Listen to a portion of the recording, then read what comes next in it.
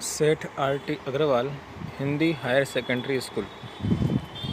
विषय वाणिज्य व्यवस्था और संचालन, कक्षा 12। मैं H.O. अग्रवाल ऑनलाइन एजुकेशन में आपका हार्दिक स्वागत करता हूं। दोस्तों, पिछले वीडियो में अपने ने चैप्टर नंबर 7 पूर्ण किया था।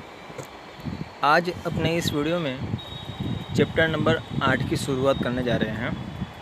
काफ़ी महत्वपूर्ण चैप्टर है व्यवस्था तंत्र के लिए और संचालन के लिए और कॉमर्स विषय के लिए। चैप्टर का नाम है वित्तीय संचालन। चैप्टर आएगा 8 नंबर का। चैप्टर का क्रम भी 8 है और मार्क्स भी 8 है। एक नंबर के 3 प्रश्न आएंगे, जिसमें सेक्शन ए में 2 प्रश्न आएंगे, सेक्शन बी में 1 प्रश्न आएगा, सेक्शन सी में 2 नंबर का 1 प्रश्न और सेक्शन डी में 3 नंबर का 1 प्रश्न। इस प्रकार से कुल 8 प्रश्न आएंगे। दोस्तों, इस वर्ष में हमारा चैप्टर नंबर 11 और 12 डिलीट हो चुका है कोरोना के कारण। इसलिए इस चैप्टर में से 5 नंबर का एक और प्रश्न आ सकता है, तो इसे अपने ध्यान से सीखेंगे। इस चैप्टर में अपने को सीखना क्या है, तो प्रस्तावना सबसे पहले अपना देखेंगे। उसके बाद वित्तीय संचालन का विचार और उसकी व्याख्या देखेंगे। वित्तीय संचालन के लक्षण देखेंगे। वित्तीय संचालन के उद्देश्य देखेंगे, जिसमें 2 प्रकार के उद्देश्य अपने को देखने को मिलेंगे, महत्तम लाभ का उद्देश्य और महत्तम संपत्ति का उद्देश्य। फिर वित्तीय संचालन का महत्व भी अपने देखेंगे। दोस्तों, वित्तीय निर्णय देखेंगे। वित्तीय निर्णय में अलग अलग 3 प्रकार के निर्णय होंगे।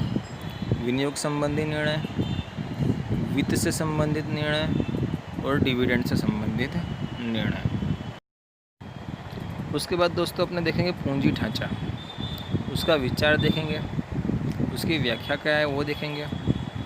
आदर्श पूंजी ढांचे के लक्षण क्या हो सकते हैं, पूंजी ढांचे के प्रकार कौन कौन से हैं, पूंजी ढांचे को कौन कौन से तत्व, कौन कौन से परिबल असर करते हैं, उसमें आंतरिक और बाह्य परिबलों की चर्चा करेंगे।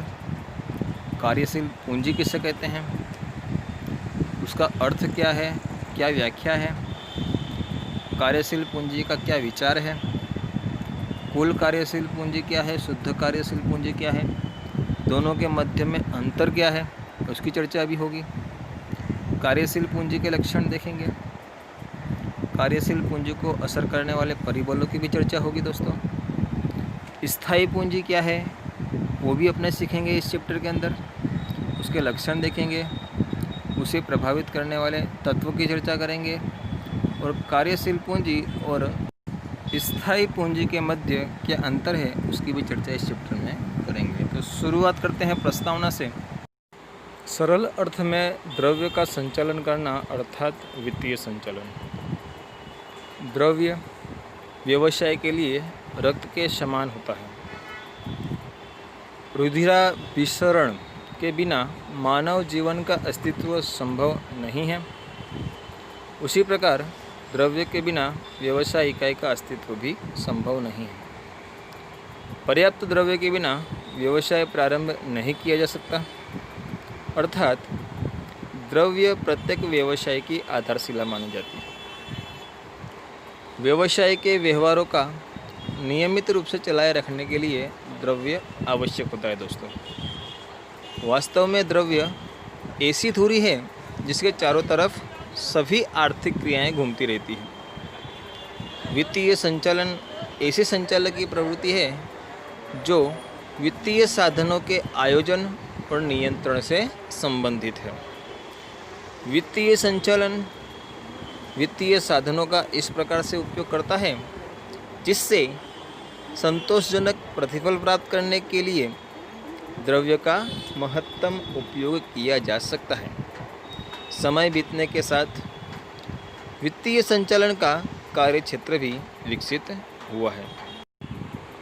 प्रस्तावना के आधार पर वित्तीय संचालन के विचार और व्याख्या को स्पष्ट करते हैं। दोस्तों, अपने व्यवहार में वित्त कार्यों का संचालन करना अर्थात वित्तीय संचालन। व्यवसाय की किसी भी प्रवृत्तियाँ और सभी प्रवृत्तियों का पहलुओं का समावेश वित्तीय संचालन में होता है।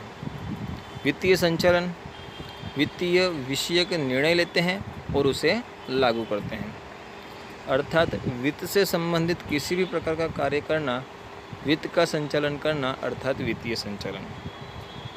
देखते हैं कौन कौन से संचालन शास्त्रियों ने किस प्रकार की व्याख्याएं दी है। सबसे पहले बात करते हैं F.W. पाइस। उनके अनुसार द्रव्य के उपयोग पर आधारित आधुनिक अर्थतंत्र में वित्तीय संचालन अर्थात जब द्रव्य की आवश्यकता हो तब द्रव्य प्राप्त होता रहे ऐसी व्यवस्था करना। दोस्तों, अलग अलग व्याख्याएं अलग अलग अर्थशास्त्र वाणिज्य शास्त्रियों के साथ अपने को एग्ज़ाम में पूछी जा सकती है कि F.W. पाइस के अनुसार वित्तीय संचालन किसे कहते हैं, रेमंड जे चैम्बर्स के अनुसार वित्तीय संचालन किसे कहते हैं और किम्बाल के अनुसार वित्तीय संचालन अर्थात क्या। यदि इंडिविजुअल ना पूछी जाए, यदि वाणिज्य शास्त्री का नाम न हो, तो हमें कोई भी एक व्याख्या लिखनी है और सभी व्याख्याएं सरल हैं। दूसरी व्याख्या देखते हैं कि रेमंड जे चैम्बर्स ने क्या व्याख्या दी है। तो वित्तीय संचालन अर्थात वित्तीय विषय संबंधित निर्णय लेना, उसका सरलता से लागू करने के लिए आवश्यक उपाय करना और उसकी समालोचना करना। तीसरा है किम्बाल। उनके अनुसार वित्तीय संचालन अर्थात कोष प्राप्त करना, उसका महत्तम उपयोग करना और उसका योग्य विभाजन करना। दोस्तों, ये व्याख्या आपने पहले नंबर के चैप्टर में भी सीखी थी कि वित्तीय संचालन अर्थात वित्त प्राप्त करना, उसका उपयोग करना और उसका योग्य विभाजन करना है। तो इस प्रकार से अपने कोई भी एक व्याख्या लिख सकते हैं। इसके अलावा आपको इस प्रकार से प्रश्न पूछा जा सकता है कि आधुनिक अर्थतंत्र में वित्तीय संचालन किसे कहते हैं। तो सबसे पहली वाली व्याख्या अपने लिखेंगे।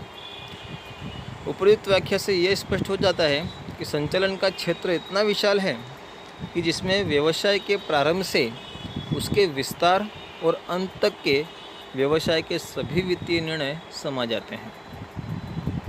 दोस्तों, अब बात करते हैं अपने लक्षणों की कि वित्तीय संचालन के कौन कौन से लक्षण हो सकते हैं।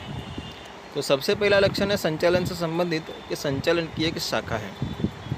वित्तीय संचालन संचालन की एक शाखा मानी जाती है कि जिसमें द्रव्य के उपयोग के लिए आयोजन और नियंत्रण के कार्य का समावेश होता है। आयोजन करना हो, नियंत्रण करना हो, व्यवस्था तंत्र की रचना करना हो, प्रत्येक जगह पर वित्त की आवश्यकता होती है। विशाल कार्य क्षेत्र है दोस्तों। वित्तीय संचालन का कार्य क्षेत्र इतना विशाल है कि जिसमें द्रव्य की आवश्यकता का अनुमान, प्राप्ति, महत्तम उपयोग, उचित वितरण और उसके आयोजन तथा नियंत्रण का भी समावेश हो जाता है। व्यवसाय के प्रारंभ से लेकर अंत तक सभी निर्णयों में वित्त की आवश्यकता पड़ती है। इसीलिए वित्तीय संचालन का कार्यक्षेत्र काफ़ी विशाल माना जाता है। तीसरा है संचालकीय निर्णयों का आधार है। संचालन के विविध निर्णय होते हैं जो वित्त पर आधारित रहते हैं, चाहे वो फिर वो उत्पादन करना हो, विक्रय करना हो, संशोधन करना हो, विकास करना हो आदि संबंधित निर्णय लेने के लिए वित्तीय संचालन पर आधार रखना पड़ता है। इसलिए संचालकीय निर्णयों का आधार माना जाता है। चौथा है वित्तीय निर्णयों से संबंधित है विनियोग हो, पूंजी ढांचा हो, डिविडेंड नीति हो आदि निर्णयों के साथ वित्तीय संचालन का संबंध होता है, जिसकी चर्चा अपने नेक्स्ट वीडियो में भी करने वाले हैं। वित्तीय संचालन निर्णय प्रक्रिया में आधुनिक गणित पद्धति का भी उपयोग करता है। तो दोस्तों, ये एक नंबर का प्रश्न हो गया कि वित्तीय संचालन निर्णय प्रक्रिया में कौन सी पद्धति का उपयोग करता है। तो हमें आना चाहिए कि आधुनिक गणित पद्धति का उपयोग किया जाता है। पांचवा है दोस्तों मालिक के महत्तम कल्याण का उद्देश्य। मालिक के महत्तम कल्याण के लिए वित्तीय संचालन दो दृष्टिकोण अपनाता है, एक महत्तम लाभ का उद्देश्य और दूसरा महत्तम संपत्ति का उद्देश्य, जो हम वित्तीय संचालन के उद्देश्य में चर्चा करेंगे। ये छठा है चाबी स्वरूप स्थान रखता है दोस्तों वित्तीय संचालन। वित्तीय संचालन संचालक की प्रवृत्ति है और व्यवसाय इकाई के व्यवस्थाकीय ढांचे में इसका स्थान कैसा होता है? चाबी स्वरूप होता है। 7वां है संचालन के अन्य विस्तारों के साथ संबंध। व्यवसाय के अधिकतर प्रवृत्तियां जैसे कि उत्पादन हुआ, विक्रय हुआ, बाजार संशोधन हुआ आदि वित्त के साथ जुड़े हुए होते हैं। वित्तीय संचालन में पर्याप्त मात्रा में कोष होगा तो उत्पादन नीति, विक्रय नीति आदि के निर्माण में अधिक परिवर्तन होंगे। अर्थात वित्तीय संचालन के अलग अलग विस्तार जैसे कि उत्पादन संचालन, बाजार संचालन, कर्मचारी संचालन आदि संचालनों के साथ संबंधित होते हैं। फिर है 8वां पॉइंट, पूंजी का विभाजन। दोस्तों यहाँ पर 2 भागों में विभाजन लिखा हुआ है, उसकी जगह पर अपने शब्द वापरेंगे पूंजी का विभाजन।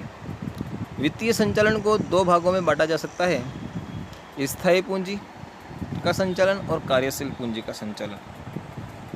स्थायी पूंजी के संचालन में स्थायी संपत्तियां जैसे कि मकान, यंत्र, जमीन आदि के विस्तरण के आयोजन का समावेश होता है, जबकि कार्यशील पूंजी में दैनिक खर्चों के लिए आवश्यकता होती है।